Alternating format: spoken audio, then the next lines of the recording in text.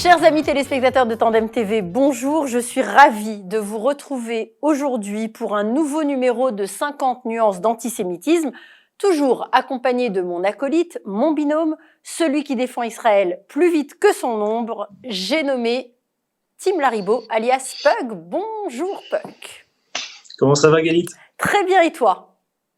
Ça va, je suis en bonne compagnie. Alors Pug, c'est une émission spéciale que nous proposons aujourd'hui à nos téléspectateurs sur Tandem TV, une émission consacrée à ton invité, une femme courageuse, pugnace, déterminée, une femme qui a bravé l'antisémitisme sournois de l'établissement scolaire dans lequel était scolarisée sa fille.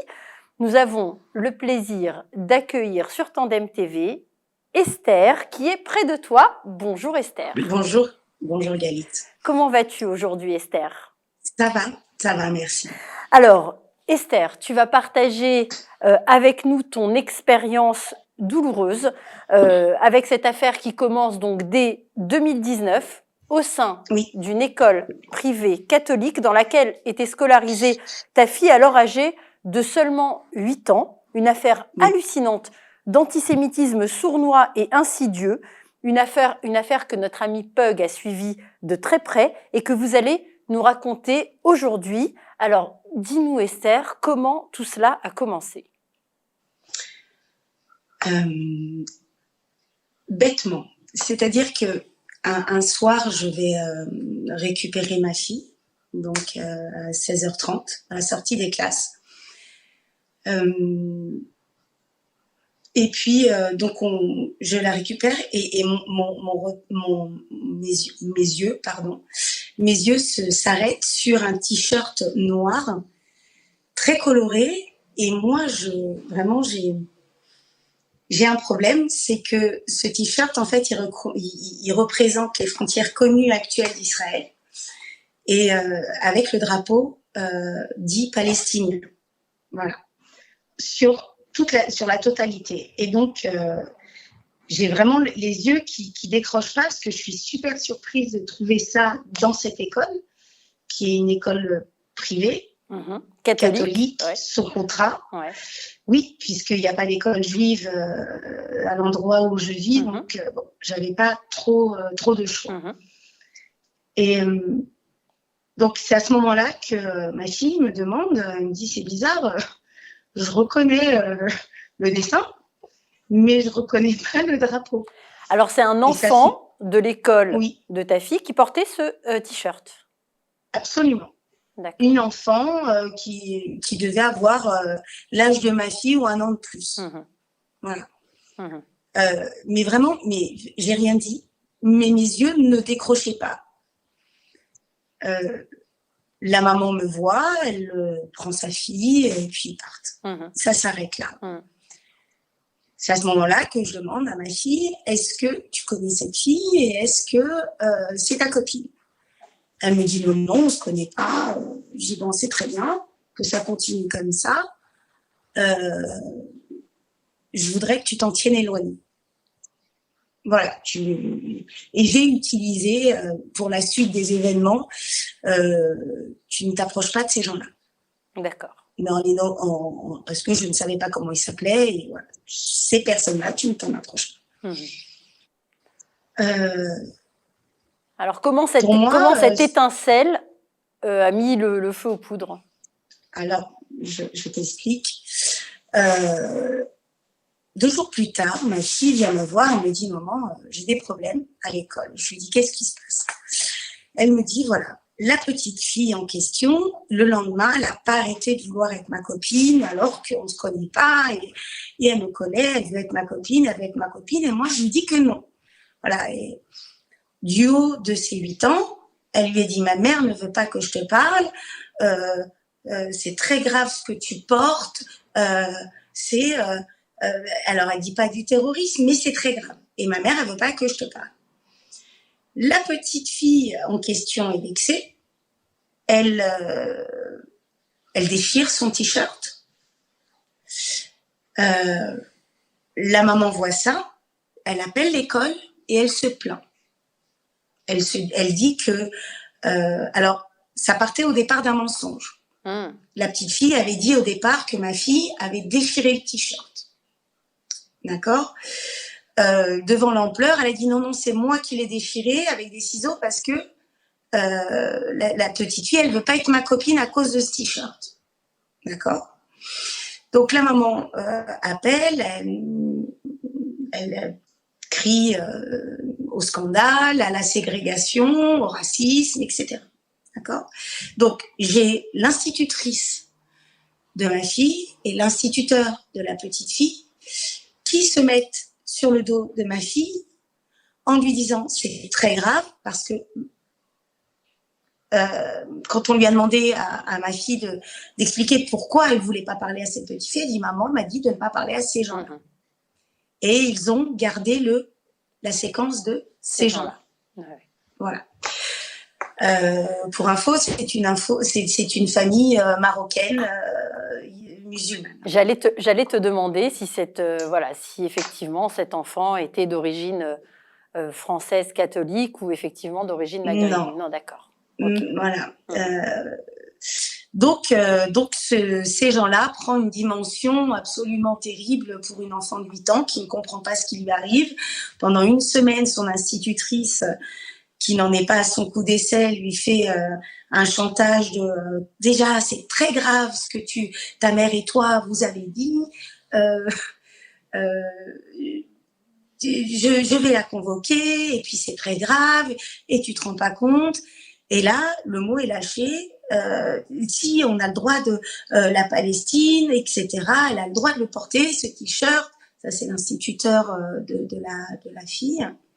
En fait, ils font quoi ? Ils la convoquent à ta fille et ils se mettent à deux sur elle ? Ah non, ils l'ont même pas convoquée. C'est il lui parle comme ça, entre deux classes, entre deux couloirs, à deux, sur elle. Vraiment, ça a été terrible pour elle. Jusqu'à un moment donné où elle s'est dit, attends, faut que j'en parle à maman, parce que elle pensait qu'elle avait fait une grosse bêtise. C'est à ce moment-là que moi, j'écris une lettre de 4 pages à la directrice de l'époque, en lui expliquant que c'était inadmissible de se comporter comme ça envers un enfant de 8 ans, que s'il y avait des comptes à demander, c'était à moi qu'il fallait les demander, que j'étais prête à répondre, que justement, puisqu'on parlait de protection des enfants, effectivement, il faut les protéger, les enfants, et les tenir loin des discours politiques et terroristes.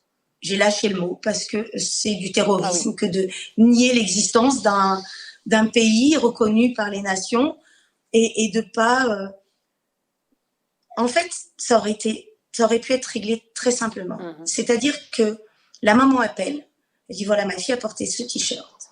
Elle est une autre petite fille ne veut pas lui parler. Je comprends pas. Ils lui disent écoutez, on va essayer de régler on va essayer d'arranger les choses entre les deux petites filles. Par contre, madame, à l'avenir, les messages à visée politique, c'est interdit dans l'enceinte de l'établissement. Point. Ça aurait dû en rester là. Bien sûr. Ça n'est pas resté là. Bien sûr. Donc là, l'école, Esther, à la suite de ta lettre, te convoque. Oui, absolument. Et c'est là que Pug entre en scène, puisque... Oui, excuse-moi de te couper. En fait, j'avais fait un mot sur mon Facebook. C'était en public. Et ça a été relayé jusqu'à arriver devant les yeux de Tim. Et il s'est proposé à ce moment-là de m'accompagner. Donc, Pug, Tim, en tant que représentant de l'association maintenant devenue connue Nation pour Israël, tu proposes d'assister Esther pendant le rendez-vous. Oui, parce que on habite dans la même ville, on ne se connaissait pas, et si ma mémoire est bonne, je crois que quelqu'un m'a envoyé le message d'Esther, le post d'Esther, en me disant c'est près de chez toi, est-ce que tu peux faire quelque chose ? Donc j'ai pris contact avec elle, et c'était quelques jours avant le rendez-vous, et je lui ai proposé d'y aller avec elle, et je suis donc devenu un témoin de premier ordre de tout ça. Et je crois même pouvoir dire que je suis devenu un petit peu un caillou dans la chaussure pour ces gens-là en face. Parce que donc, si tu me permets de poursuivre. Je te permets. On y va tous les deux. Je me présente comme membre d'une association de lutte ou de veille contre l'antisémitisme, je ne sais plus exactement, ce qui visiblement a été, ça, on l'a su après, vu comme une déclaration de guerre, ou en tout cas quelque chose d'extrêmement hostile de la part des deux enseignants qui étaient là. La directrice était une dame, je dirais, d'un certain âge, elle était près de la retraite, très respectable, me fait un très bon effet. Elle donnait l'impression de bien comprendre le problème et les enjeux, et en même temps de protéger son équipe éducative, ce qui, on pourrait dire, est tout à son honneur. Moi, ce qui m'a marqué, si tu veux, dans cet entretien, c'est le refus absolu des enseignants, et même de la directrice, parce qu'elle soutenait ses enseignants, de discuter un tant soit peu du fond de l'affaire. C'est-à-dire que moi, j'étais là pour leur dire, je crois que vous comprenez pas bien pourquoi ce drapeau, déjà en soi, est un discours politique, et pourquoi ce drapeau sur la carte de l'ancienne Palestine mandataire, donc vraiment l'ensemble de l'actuel Israël, plus les territoires de Gaza et de Judée-Samarie, tout cela recouvert du drapeau palestinien, dont j'ai expliqué 1000 fois ce qu'il représente réellement. Voilà, je leur ai dit, vous ne comprenez pas ce que signifie réellement ce drapeau, déjà en soi, et à quel point, en fait, c'est grave que ce drapeau recouvre l'ensemble des terres de l'actuel Israël et de Gaza et de Judée-Samarie. Et on est face à un mur. Vraiment. C'est-à-dire, non, on ne discutera pas du fond. On ne discutera pas du fond. On ne discutera pas du fond. Moi, j'essaie de leur dire, on peut faire preuve d'un peu d'empathie. On est des humains. OK. Parents d'élèves d'un côté, association d'un autre côté, enseignants de l'autre. On est des humains. On peut discuter. Non. Alors, il ne voulait pas discuter du fond, mais finalement, il voulait discuter de quoi ? Du problème que représentait la fille d'Esther ? Alors oui, exactement, parce que en fait, l'institutrice de la fille d'Esther, elle, mutisme total, quasiment, et l'instituteur, parce que c'est ça aussi qui est intéressant, il voulait pas discuter du fond. Par contre, il a tenu à lire une lettre qu'il avait écrite, ce charmant monsieur, et cette lettre était juste surréaliste, parce que sa conclusion, globalement, c'était le problème. C'est la peur que les Israéliens ou les Juifs ont des Arabes. Le problème, il est là. Attends, c'était une lettre généraliste ? C'était une sorte de chronique ou en tout cas je sais même pas, d'article. Non, c'était une leçon de morale. Ah, mais adressée à qui ? Une leçon de morale pour nous dire, adressée à Esther. Ah, d'accord. D'accord. En gros, c'est parce que je suis... Et quand il disait la peur de l'autre, il parlait du racisme, en fait. Voilà, il m'a fait passer pour une raciste. Donc oui, parce qu'en fait, toi la raciste. Voilà, exactement. Ouais. Ils ont considéré que ces gens-là, c'était raciste. Ils ont considéré que la Palestine, c'est quelque chose de tout à fait légitime et honorable. Ouais. Dans son fameux courrier, une lettre qu'il nous lit. Il dit c'est une jeune fille, une famille qui a voulu manifester son soutien à la Palestine. Alors déjà, une enfant de 8 ou 9 ans n'a pas manifesté en public son soutien pour qui que ce soit, ni pour Israël, ni pour la Palestine, dans une école privée catholique, à mon sens. Mais surtout, on peut entendre que, par exemple, dans la bouche d'un adulte, le terme ces gens-là puisse effectivement être méprisant, avoir une connotation raciste. Mais il faut avoir quand même l'esprit bien tordu pour entendre ça dans les mots d'une enfant de 8 ans. Alors, je suis persuadé que lui, il avait parfaitement compris que la petite ne faisait que répéter les mots de sa mère. Bien sûr. Et donc, ça reste quand même la petite qui les dit. C'est la petite qui les dit, mais il nous reçoit avec l'arrogance et la supériorité un peu typique d'un gauchiste qui a chopé un facho. Je suis face à des fachos, il faut que je leur fasse la leçon. Non, je pense qu'il avait parfaitement compris que Esther était clairement visée dans cette lettre. Mais alors, tu vois, là où vraiment, pour moi, il y a un truc que je comprends que trop bien, en fait, à ce moment-là, c'est que là, il a parlé du fond. Quand il dit le soutien à la Palestine, elle a le droit de le faire. Là, il a parlé du fond. Lui avait le droit d'en parler. Voilà. Moi, j'ai essayé d'embrayer, j'ai essayé de dire, attendez, non, le drapeau de la Palestine, comme vous dites, d'abord, c'est pas le drapeau de la Palestine, je l'ai expliqué plein de fois, ce n'est pas le drapeau d'un pays internationalement reconnu, aux frontières établies, ainsi de suite, avec lequel on partage une ambassade, et ainsi de suite, parce que, tu vois, n'importe qui, et je suis sûr qu'il m'aurait répondu ça, m'aurait dit, mais on vient avec le drapeau britannique sur des trous, sur le drapeau américain sur des godasses, on vient avec, si quelqu'un vient avec le drapeau d'Israël, dans l'absolu il peut, pourquoi pas le drapeau palestinien. Et c'est là que moi j'aurais voulu rentrer dans le fond pour dire, mais ce n'est pas le drapeau de la Palestine, et il représente beaucoup plus que le drapeau de la Palestine. Mais on est face à un mur total, pas de discussion. Si je peux me permettre, la version accusatoire, elle était tellement flagrante qu'à un moment donné, j'ai dit, écoutez, moi aussi, chacun peut venir avec ses t-shirts. Moi, des t-shirts Jérusalem, capitale une et indivisible d'Israël, j'en ai à l'appel, plein l'armoire. Par contre, ma fille ne vient pas à l'école avec. Par contre, si elle peut, dans ces cas-là, on importe le conflit, mais c'est pas moi qui aurais commencé. Mais par contre, évidemment, ça aurait été moi qui l'aurais importé parce que j'ai osé pointer le doigt sur quelque chose qui n'était pas normal. Qu'elle porte le drapeau dit des Palestiniens, moi, je m'en fiche. Par contre, comment il était porté par une petite de 8 ans, enfin, je me dis, c'est les adultes. Elle sait même pas, elle est même pas concernée par le sujet, les Marocaines. Bien sûr. Voilà. Bien sûr. Moi, à l'époque, en plus, ma grande faisait ses classes, donc elle était entrée à l'armée. En Israël, dans Tsahal. Israël, ouais. Exactement. Ouais. Je parlais de l'air. Donc c'était un sujet un peu sensible pour toi. Mais d'autant plus qu'il le savait à l'école, parce que ma fille,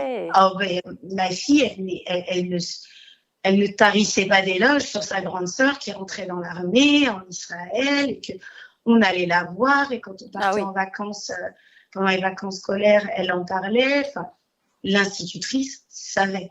Oui. Il le savait. Donc en fait, ça dérangeait l'équipe pédagogique de cette école que ta fille en plus, revendique ça. Alors, exactement. Si on avance, là, ce premier rendez-vous, il se conclut comment ? Il se conclut par cette lettre surréaliste pour nous. Le problème, effectivement, c'est la suite. Voilà. Il se passe rien, il n'y a pas de décision, et ainsi de suite. Et la suite, c'est là que d'un incident comme ça, qui aurait pu s'arrêter là s'il n'y avait rien derrière, on se rend compte que non, il y a beaucoup plus grave derrière. Et là, je te laisse... par exemple, parler de l'institutrice et de la chapelle. Oui. Alors, donc cette institutrice, tout au long de l'année scolaire, s'est évertuée à pourrir ma fille en essayant, enfin, quand je l'ai inscrite dans cette école, j'avais bien stipulé qu'on était juif et qu'elle ne participerait pas à tout ce qui avait d'œcuménique. Voilà. Classique. Les écoles catholiques privées en France, sous contrat, dans les grandes villes, sont remplies d'élèves juifs qui ne participent pas. Ouais. Exactement. J'ai lu pas plus tard que ce matin un article de, je sais plus dans quel magazine, qui disait que 95% des élèves d'une grande école catholique de la région parisienne étaient musulmans. Ah, musulmans, ok. Musulmans. Ah oui. Ce qui est à peu près le cas, alors pas 95, mais un bon 40% de l'école que ma fille fréquentait. D'accord. C'était d'ailleurs l'un de leurs arguments pour dire « Ah mais on peut pas être antisémite, on a 40 nationalités chez nous. » ok. Enfin, bon. Donc là, en tout cas, l'institut... Tout au long de... Pardon, excuse-moi, je t'en prie. Je te laisse poser ta question. Non, je répétais ta dernière phrase. L'institut pourrit donc la scolarité de ta fille? Ah non, non, elle ne la supporte pas. C'est-à-dire que, quel que soit, dès qu'elle va dévier des clous, elle va, ça va être comme si elle avait, excuse-moi, détruit un mur de l'établissement. Je veux dire, il la traîne à l'église. Enfin, et il y a des sermons qui sont dits. Elle se bouche les oreilles, ils prennent ça pour un manque de respect. J'ai un mot dans mon carnet parce qu'elle manque de respect, parce que un jour ma petite, elle vient me dit, mais maman, c'est grave quand même. Hein. Ils pensent que j'ai pas compris, mais quand ils disent Judas, moi je comprends Yehuda. Et quand et est-ce que c'est vrai qu'on a tué leur Dieu? Je lui dis. Écoute, je sais pas, moi j'y étais pas. Qu'est-ce que tu veux que je te dise? Ça a été, même la religion catholique a quand même évolué à ce niveau-là. C'est exactement dans le dossier que j'ai fait, c'est ce que j'ai souligné en extrayant en fait des décisions du Concile Vatican II. C'est parfaitement clair. Il y a un article sur les religions et la notion de déicide, donc que le peuple juif est coupable, juridiquement parlant, de l'assassinat de Jésus. L'Église catholique, dans son dernier concile à ce jour, a renoncé à cette idée. Bien sûr. Qu'elle n'avait jamais véritablement érigée en dogme, c'est plus une tradition qu'elle a laissé mal pourrir, on va dire, et qui est, ça c'est ce que je dis souvent à Esther quand on en parle, pour moi c'est une hérésie. Moi qui lis la Bible, franchement, profondément, c'est quelque chose au sens, c'est marrant que ce soit l'Église catholique qui fasse ça, parce que nous les protestants et les juifs, ils nous ont traités d'hérétiques pendant des siècles. Là, on est face à une vraie hérésie, c'est-à-dire c'est une doctrine qui dénature le christianisme. Donc véritablement une fausse doctrine. Même l'Église catholique aujourd'hui, par Vatican II, a rejeté cette idée, et on a une jeune fille juive qui revient d'une école catholique avec cette idée quand même un peu bizarre. Est-ce qu'on a tué leur Dieu? Et alors moi j'ai envie de poser la question, en tant qu'homme et en tant que chrétien, comment est-ce que vous avez raconté cette histoire pour qu'elle en arrive à cette conclusion-là? C'est terrible. Parce que moi j'ai entendu cette histoire de la crucifixion de Jésus pendant toute ma vie. Je n'ai jamais conclu que les Juifs avaient tué Jésus. Jamais. C'est pas ce que dit la Bible. Donc, non, mais si elle l'a compris à 8 ans, c'est qu'effectivement, elle l'a bien entendu. Alors, on a compris un petit peu le climat et l'ambiance dans lequel... Oui, je t'en prie. Juste, je voulais rajouter, parce que ça, à la limite, c'est même pas très grave. Le plus grave, c'est quand l'institutrice me chope au vol à la fin des cours et elle me dit... j'ai bien compris que les absences de votre fille étaient liées aux fêtes juives. Je suis déjà bien gentille de pas vous dénoncer. Hein. Je lui dis, mais il me semble pas avoir fait valoir que c'était parce que c'était des fêtes juives que ma fille était absente. C'est un motif personnel dont je n'ai pas à vous tenir informé. J'ai bien mis motif personnel. L'absence est excusée. Si vous voulez un certificat la prochaine fois, vous aurez un certificat. Et je suis partie, je l'ai laissé comme ça. Et là, je commente. Oui, je t'en prie. Tu te souviens, lors de la dernière émission, on a parlé de ce cycliste qui s'est fait défoncer dans les rues de Strasbourg parce qu'il portait des tzitzit. Oui. Et je t'avais dit, pour reconnaître ça, savoir que c'est un ornement ou un vêtement juif, il faut connaître le judaïsme, il faut connaître les traditions juives, il faut savoir tout ça. Moi, qui connaît bien et qui a toujours eu une certaine forme d'affection pour le peuple juif, il y a 20 ans, je croisais un mec avec des franges qui traînaient, je me serais dit, qu'est-ce que c'est que ce hippie? Je me serais jamais dit, c'est un juif. Donc, quelqu'un qui voit ça, c'est quelqu'un qui sait. Et quelqu'un qui sait, c'est quelqu'un qui a fait des recherches. C'est ça. Cette dame qui comprend que les absences d'une jeune fille correspondent aux fêtes juives, Moi, je les connais, les fêtes juives. Je les connais parce que je lis la Genèse, je lis la Torah et ainsi de suite. Cela dit, je connais pas le calendrier actuel des fêtes juives. Donc, si une juive me dit « Ah ben j'ai fait Sukkot 1 », non, vous appelez ça la fête des tabernacles. Ah oui, je connais. Mais une institutrice comme ça qui va dire « J'ai repéré que vos absences correspondent aux fêtes juives », toi, madame, tu as fait des recherches. Exactement. Si tu as fait des recherches, c'est que ça te dérange, parce que c'est pas bienveillant la façon dont tu le dis. Ah oui. Donc, là-dedans, on a quand même une trame antisémite assez franche. Ah oui, on a des soupçons concordants d'antisémitisme de cet institut. Alors bon, voilà, on a donc compris l'ambiance dans laquelle évoluait ta pauvre petite fille de 8 ans, et ça a duré comme ça sur les 2 années donc qui ont suivi. Et puis vraiment, on peut dire que ce qu'elle subit, la petite, c'est un harcèlement constant et tu le dis toi, par les élèves aussi, non pas seulement par les enseignants, parce que en fait ça devient un ensemble, une globalité. Ouais, c'est ça, une ambiance globale contre ta fille. C'est devenu le vilain petit canard de l'école. Et surtout, ça finit par déraper physiquement.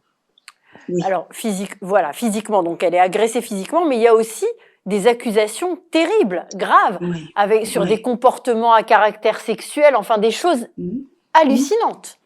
Oui, dont on ne sait rien. Quand je demande, est-ce que c'est caractérisé? Est-ce que de quoi on parle? Est-ce que c'est un bisou à un garçon? Parce que je sais pas moi de quoi on parle. Et on ne sait pas. On me répond. Personne ne te répond.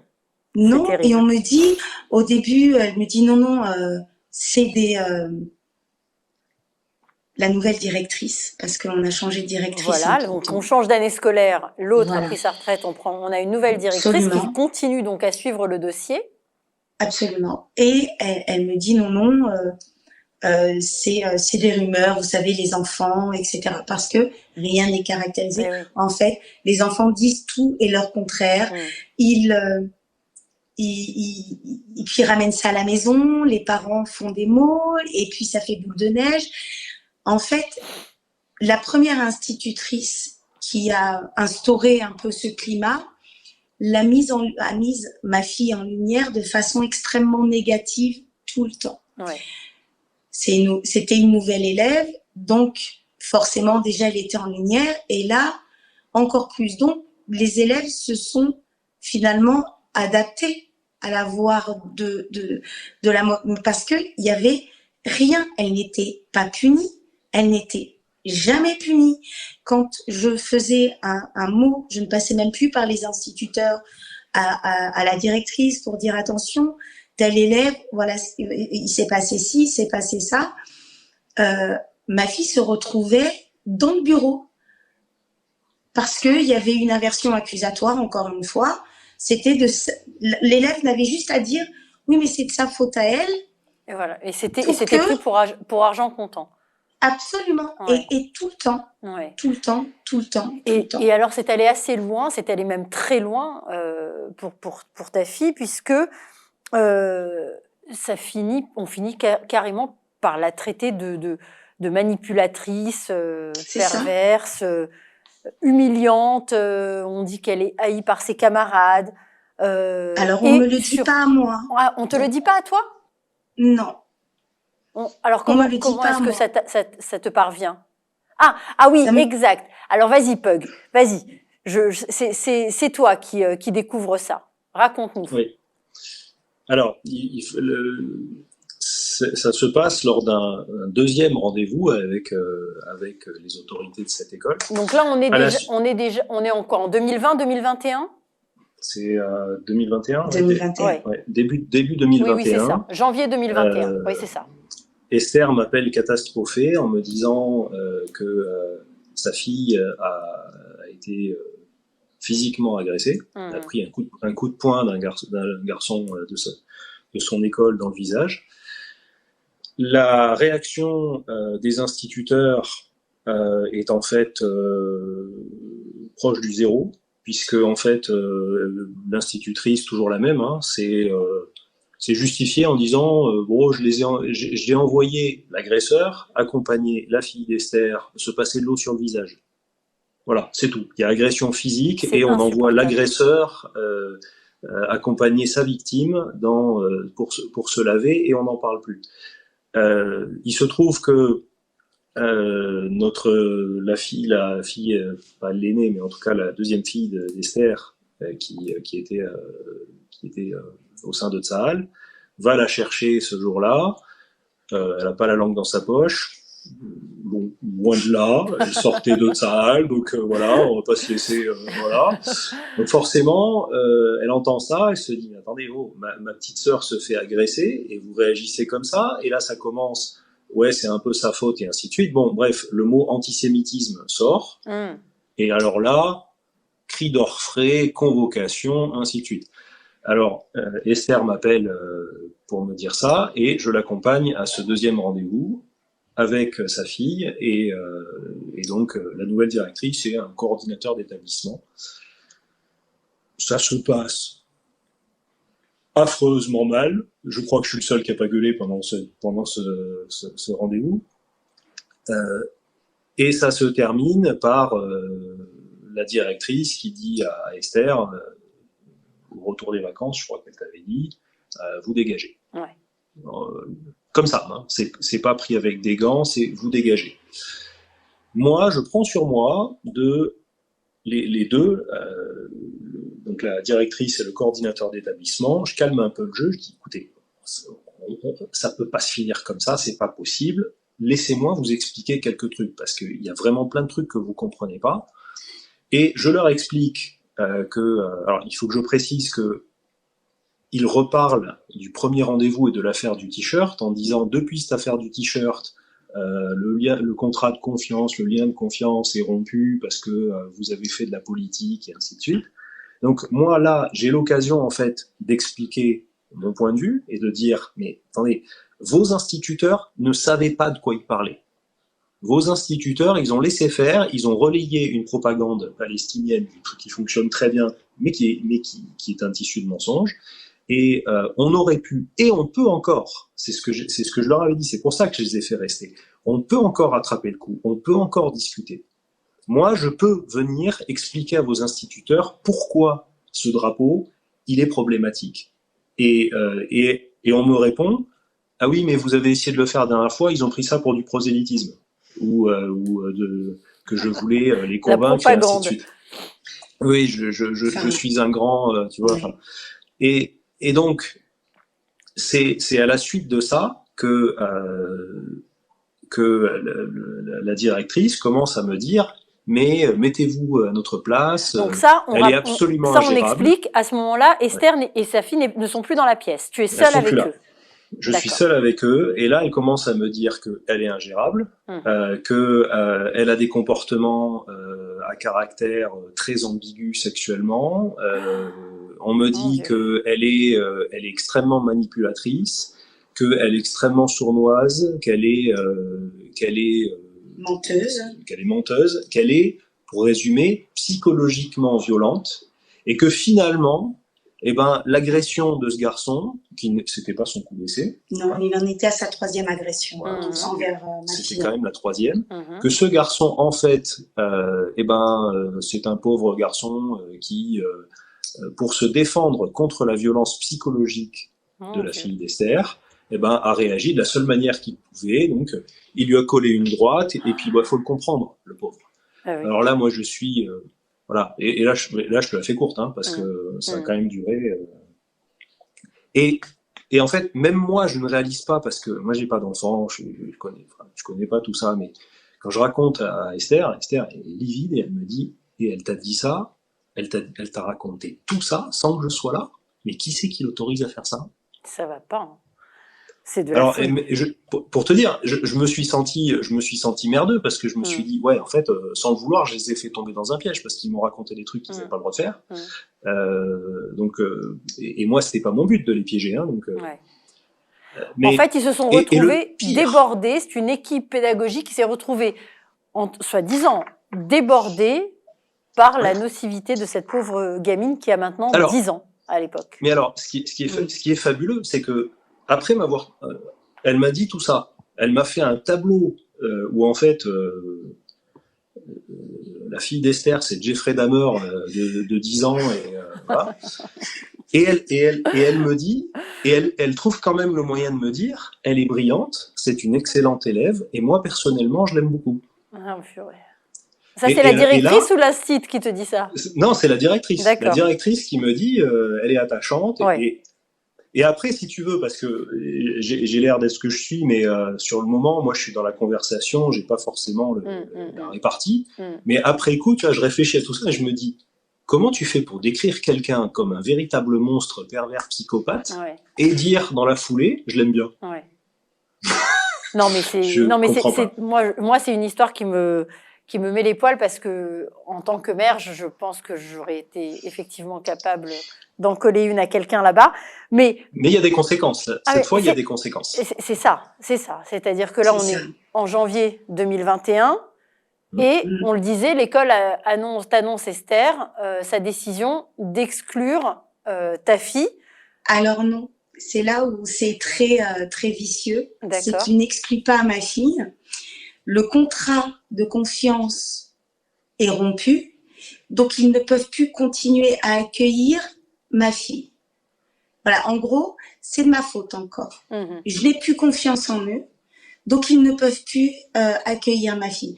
Ils n'ont absolument, ils ont pas fait valoir, pas une seule fois, dans le fait d'exclure, entre guillemets, ma fille, qu'elle était ingérable, qu'elle était retorse, qu'elle était manipulatrice, qu'elle était, enfin, tout ce qu'elle a été.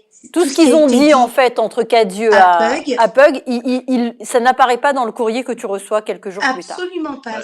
Tout est de ma faute. C'est moi qui suis exclue. Tout simplement. Dans le courrier, ce qui est dit, c'est il y a un contexte politique qui a débouché qui aurait pas dû avoir lieu, qui a débouché sur des accusations d'antisémitisme qui sont scandaleuses et intolérables. Et à partir de là, tiens-toi bien quand même.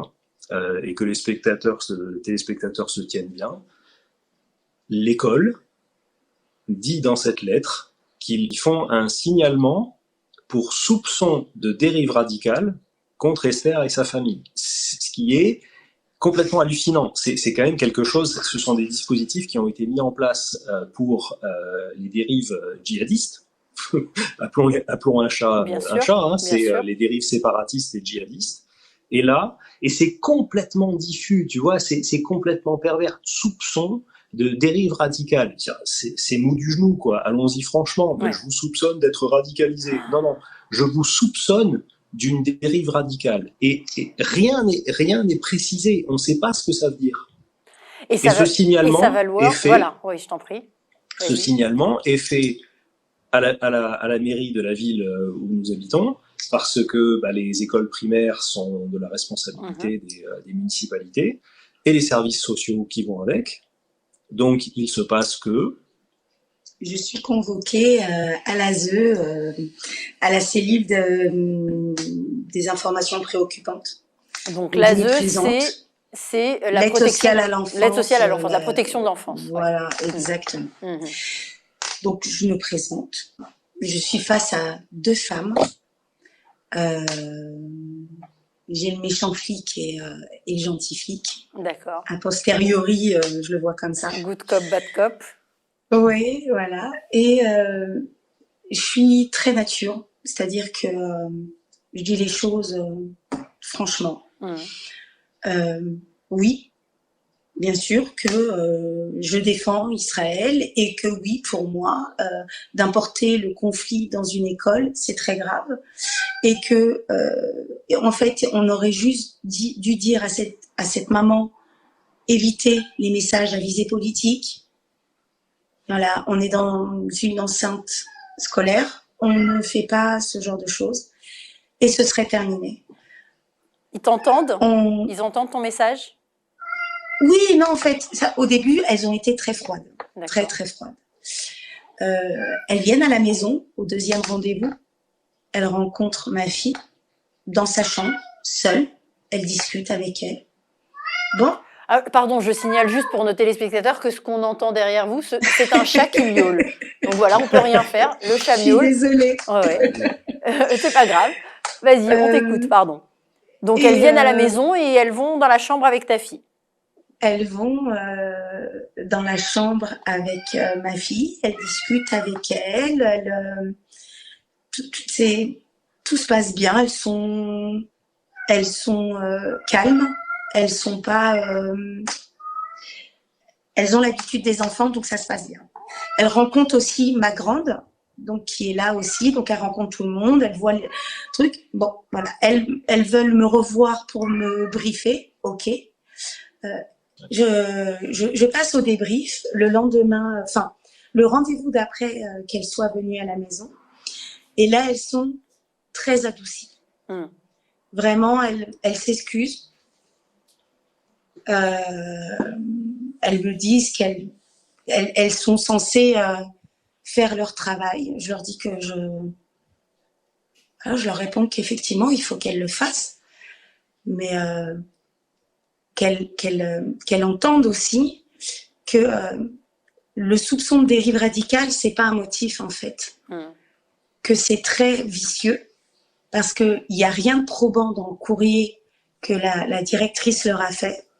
La seule chose qui est claire, c'est qu'effectivement, je défends Israël. Enfin, clairement, Israël a le droit de vivre. Israël n'est pas un débat. C'est même pas un débat pour moi. Que oui, ma fille, la grande, est partie faire l'armée et la seconde le fera aussi, si Dieu veut. Qu'il y avait des choses à faire qui n'ont pas été faites. Que oui, il y a de l'antisémitisme dans cette école, clairement. Qu'ils s'en défendent. D'ailleurs, tout a été enclenché parce que j'avais menacé d'une plainte. C'est pour ça aussi que tout s'est emballé, toute la machine s'est emballée. Mais en fait, moi, ce que je voudrais savoir, Esther, c'est que si aujourd'hui, avec le recul, est-ce que tu penses que tu disais tout à l'heure qu'il y avait à peu près 40% d'élèves d'origine musulmane dans cette école privée catholique sous contrat. Est-ce que tu penses que c'est juste une sorte de soumission intellectuelle et idéologique parce qu'on est obligé de contenter la majorité, en tout cas la minorité active? Pour moi, c'est encore plus grave, c'est que c'est pas de la soumission, c'est de l'adhésion. C'est-à-dire que ils seraient soumis, et je dirais bon, les pauvres, ils n'ont pas le choix, le nombre, c'est vraiment de l'adhésion. Ils adhèrent à leurs propos parce que les mamans voilées, elles sont gentilles, elles sont tellement gentilles, elles nous font des gâteaux à la fin de l'année. Et oui. Voilà. Par contre, quand ils ont tempêté parce que ils voulaient faire un nouvel uniforme avec une croix dessus, les musulmans ont dit non, ils ont rétrogradé. Ils ont dit non, on le fera pas. Alors qu'ils sont censés obliger. Le règlement, c'est le règlement pour tout le monde. Moi, j'aurais dit non, elle le mettra pas, je serais partie. Ouais. Ma fille ne portera pas une croix, enfin non. Bien sûr. Donc, j'aurais pas été manifester mon mécontentement. J'aurais trouvé un autre établissement. Alors ils ont dit non. Là, Esther, je m'excuse d'avance si la question te heurte, mais je comprends pas pourquoi tu ne l'as pas sortie de cette école plus tôt, en fait. Alors, j'ai inscrite ma fille dans cette école parce qu'avant, elle était en école publique, une école publique du centre-ville. Et en province, le centre-ville, c'est un peu la banlieue, en fait, de Paris. Voilà, donc toi, tu pensais la protéger en l'inscrivant dans cette école? C'était au moment du conflit en Syrie. Il y avait beaucoup de Syriens qui arrivaient. Ça devenait intenable dans l'école. Déjà, au niveau scolaire, ça devenait intenable. Ma fille, on s'en occupait absolument pas parce qu'on estimait qu'elle n'avait pas besoin d'enseignants, presque. On s'occupait surtout des enfants en très grosses difficultés. tout devenait intenable dans cette école. Donc, j'ai dit, je vais l'inscrire dans une école privée, ça ira. Bon, il y aura des petits recadrages parce que ma fille a été, enfin, je fais une petite parenthèse, a été détectée HPI. Voilà. À haut potentiel intellectuel. Voilà. Et donc, elle a aussi ce côté exubérant qu'ont les HPI, certains HPI en tout cas. Parce que j'en connais un autre qui n'a pas cette exubérance. Oui, mais parlons de toi. Voilà. Et donc, oui, j'aurais dû la sortir, sauf que la sortir pour aller où? Oui, c'est ça. J'étais bloquée, je vais la sortir pour aller où? Alors, du coup, là, ils t'obligent, eux, en cours d'année, le contrat est rompu, et oui. Tu te retrouves donc à la rentrée des vacances de février. Tu l'as mise où, ta fille? Je l'ai mise là où on a bien voulu la mettre. C'est-à-dire que j'ai couru à la mairie en disant, voilà, il me faut une école pour la fin de CM2 de ma fille. Et je suis tombée sur quelqu'un de super qui m'a eu au téléphone 4 fois par jour. Vraiment. Il m'a proposé une école. Je lui ai dit, écoutez, je ne fais pas d'exigence. Par contre, pas cette école, quoi. C'était une école pas possible dans une zone. Enfin, c'était pas possible. Alors là, ça aurait été pire que tout. Et on a eu cette inscription dans une petite école, dans un quartier pavillonnaire à la périphérie de la ville de Peuls. Et ça s'est super bien passé. Ça a été génial. Elle n'y est pas restée longtemps finalement, puisqu'on était déjà en CM2. Oui. Ouais, et qu'après, elle est rentrée au collège. Exactement. Et aujourd'hui, dans le collège... Pardon, je dis là, surprise, parce que l'histoire ne s'arrête pas là. Surprise déjà parce que elle était dans le haut du panier des résultats dans l'école privée catholique. Et là, elle arrive dans cette école primaire publique. Et là, les enseignants d'abord n'ont aucun problème avec son exubérance, malgré des classes à 30 et machin. Ils arrivent même à libérer du temps pour elle. Pourquoi ils libèrent du temps pour elle? Parce qu'ils s'aperçoivent qu'elle a des lacunes. Elle est en retard sur le programme de mathématiques. Donc là, on aborde une nouvelle phase. Alors, antisémite, ok, mais il y a aussi visiblement de l'incompétence.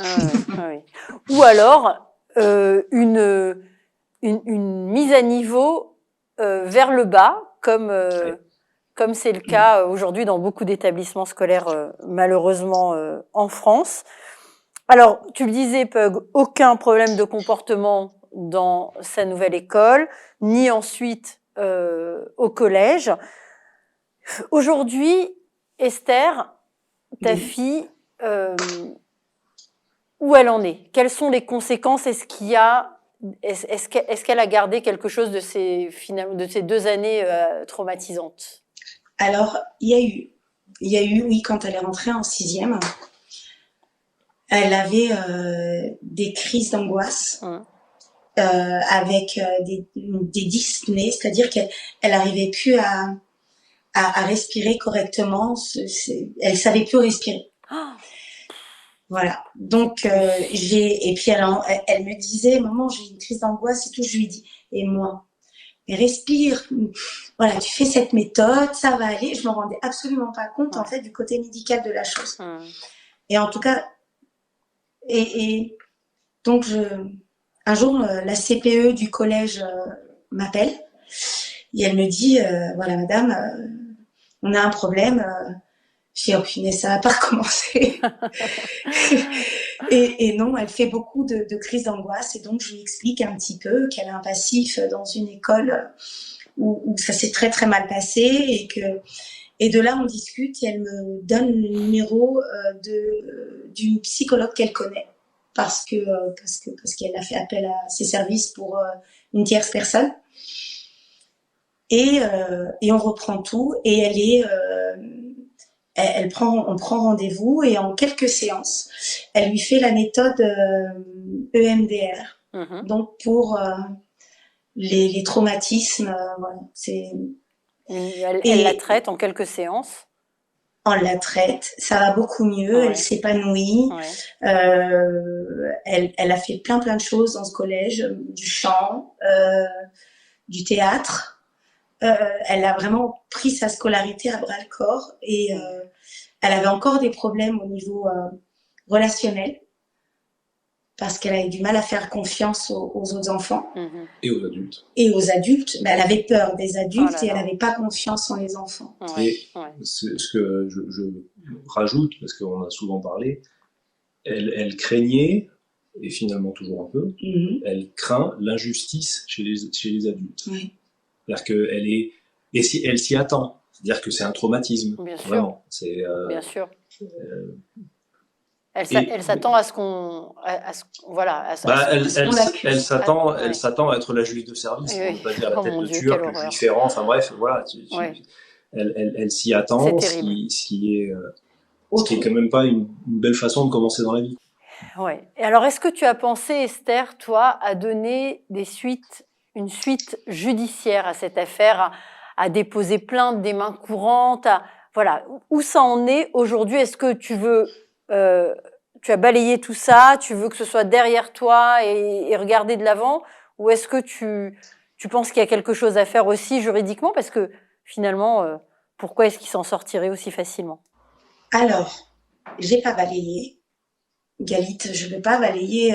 Ils ont pourri la vie de mon enfant pendant Terrible. 2 ans et demi. Je ne peux pas balayer. Terrible. On a essayé, mais porter plainte, il faut un motif. Il faut que ce soit caractérisé. En France, il faut dire sale juif pour que ce soit caractérisé, et encore. Et il faut avoir des preuves. Et il faut avoir des preuves de ça, absolument. Ouais. Les courriers, les convocations, tout ça, c'était pas un matériel suffisant pour ouvrir un dossier. Pire, c'est quelque chose à charge contre moi. Ils ont fait les choses de manière à ce que ce soit bouclé. C'est pas suffisamment caractérisé. C'est compliqué. La seule chose à faire, c'est peut-être d'attendre que ma fille soit majeure et qu'elle porte plainte pour violence psychologique. Alors, très très rapidement, Puck, parce que malheureusement, on arrive à la fin de cette émission. Toi, cette décision de c'est pas caractérisé, on peut rien faire, tu l'as pas acceptée et tu as pris sur toi, donc tu as pris l'initiative quand même d'une action. Raconte-nous. Alors, très rapidement. Ouais. Non, l'initiative, elle est commune entre Esther et moi. On veut pas les laisser s'en tirer comme ça. Et ok, il y a la justice, mais il y a aussi tout simplement le fait d'inscrire un peu dans le marbre, on va dire, ce qui a pu se passer. Et donc, j'ai concocté une lettre de 4 pages où moi je raconte ma vision des choses en tant que témoin direct. Et j'ai agrémenté de 25 pages d'annexes avec une explication de mon enquête sur ce fameux t-shirt, la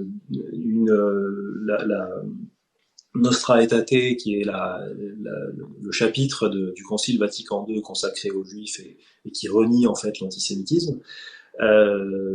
J'ai montré que le drapeau les symboles palestiniens, parce qu'il y a le drapeau, il y a tout le reste, l'aigle de Saladin qui est un aigle impérial, enfin bref, et on a accompagné ça d'un certain nombre de bulletins scolaires. On a accompagné ça évidemment de la lettre de l'école qui dénonce Esther pour dérive radicale. On a la lettre complètement lapidaire en 2 phrases des services sociaux qui disent il n'y aura pas de suite.